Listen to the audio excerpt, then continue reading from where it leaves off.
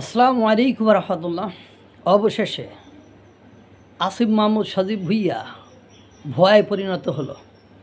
তার ইজ্জতমান তো গেল, এখন ক্ষমতাটা যাওয়া শুধু বাকি। কেন রে ভাই, একটু বোধবুদ্ধি না চললে তুমি তো তোমার ক্ষমতাটা তো যদিও না হারাও, কিন্তু তুমি তোমার অবস্থানটা এমন জায়গায় করে ফেলছো। আগে যেমন রাজার হলে চলতা, এখন পালাই ফকিরের হলে চলা ছাড়া তোমার বিকল্প কোনো উপায় বা পন্থা নেই। যাই হোক, এর সাথে তোমার মানে পৃষ্ঠপোষকতায় পরিচালিত দলটি বিএনপির সাথে খুব লাগছে। মোংলায় থানা ঘেরাও করছে একটু আগে বিএনপির নেতাকর্মীরা। কেননা মোংলায় এনসিপির নেতাকর্মীরা বিএনপির নেতাকর্মীর নামে মানে 30 জন না 20 জন দেখলাম তাদের নামে মামলা করেছে।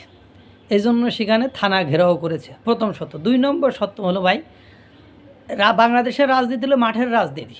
তোমার আমার লোক নেই, জোন নেই। তুমি মনে করতো যে আমি প্রশাসন ব্যবহার করে কোনো কিছু করব, প্রশাসন তোমার কথায় আর চলবে না রে ভাই। সেদিন শেষ, সে কাহিনীও শেষ, সে যুগও শেষ।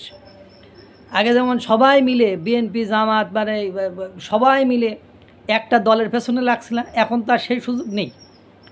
এখন প্রশাসনের তুমি বিএনপিপন্থী লোক আছে, জামাতপন্থী লোক আছে, আওয়ামীপন্থী লোক আছে, তোবাঙ্গপন্থী লোক আছে। তুমি ইচ্ছা করলে আর খামখেয়ালি করে করলেই তোমার আর সেটা মেনে নেবে না। আর এনসিপির সাথে তুমি তোমার যে মাখামাখি সম্পর্ক এটা পাবলিক বোঝে।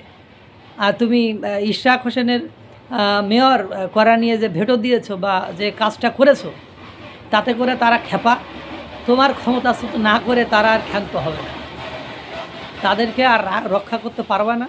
আর যদি ক্ষমতাচ্যুত নাও করে তাহলে তোমার কপালে এমনি দুঃখ এবং বেগ আছে। তুমি দেখো, সেদিন দেখো না কিছুদিন আগে উপদেষ্টা মাহফুজ মাস্টার মাইন্ড তাকে বোতল নিক্ষেপ করলো। কী করছে? স্টুডেন্টকে জিজ্ঞাসাবাদ করে ছেড়ে দিতে হয়েছে। কিছু করতে পারছে? করতে পারে নাই। শর্ত যা মানে সেই দাবি কিন্তু মেনে নিতে হয়েছে, কারণ তোমার পেছনে জনগণের ম্যান্ডেট নেই। জনগণ দ্বারা নির্বাচিত সরকারের এমপির পেছনে কি থাকে? ওই অঞ্চলের লোকজন থাকে তাকে শেল্টার দেওয়ার জন্য। তোমার পেছনে কে আছে? তোমার পেছনে কে আছে বলতে পারো কি তোমরা? আর তারপরে তোমার পেছনে যে এনসিপিরা থাকবে তাদের জনবল আছে। কালকের ইসি যে ঘেরাও করলো, সেখানে 50 থেকে 100 জন লোক ছাড়া তারা কি সেখানে লোক নিয়ে যেতে পেরেছে?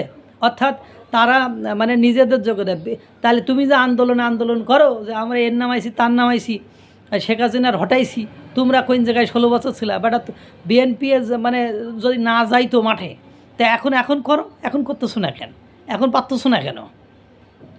এখন তুমি তোমার মানে নিজের কোর্টের নিজেই তুমি কী হয়েছ, বন্দী হয়ে গেছো। তোমারও বিপদ, কারণ এখন এনসিপির স্লোগান দিচ্ছে দেখছেন কি, যে আসিফের পদত্যাগ চাই। ওই ইশরাকের রায় ইশরাকে পেয়ে গেছে, মেয়র হয়ে গেছে। এখন তোমার পদত্যাগ না করে তারা আর ঘরে ফিরবে না, এই পণ করি যমুনার সামনে দাঁড়ায় আছে। এখন দেখো তোমার ঘটনা কোন দিকে ঘটে, তোমার বীজ কোন দিকে যায়। এখন কীভাবে পিঠ বাঁচাবে সেটা নিয়ে অপেক্ষা করো। তুমি কেন ওই যে সাদাত মেয়র হয়েছিল, ঝামেলা হয়নি, তুমি কেন এর পেছনে লেগে এখন নিজের অস্তিত্বটাকে এভাবে বিলীন করলা? এভাবে করেই তোমরা শেষ হয়ে যাবা, এভাবে করেই শেষ হয়ে যাবা। অপেক্ষা করো। আল্লাহ তাআলা সকলকে ভালো রাখুক, সুস্থ রাখুক। আসসালামু আলাইকুম ওয়া রাহমাতুল্লাহ।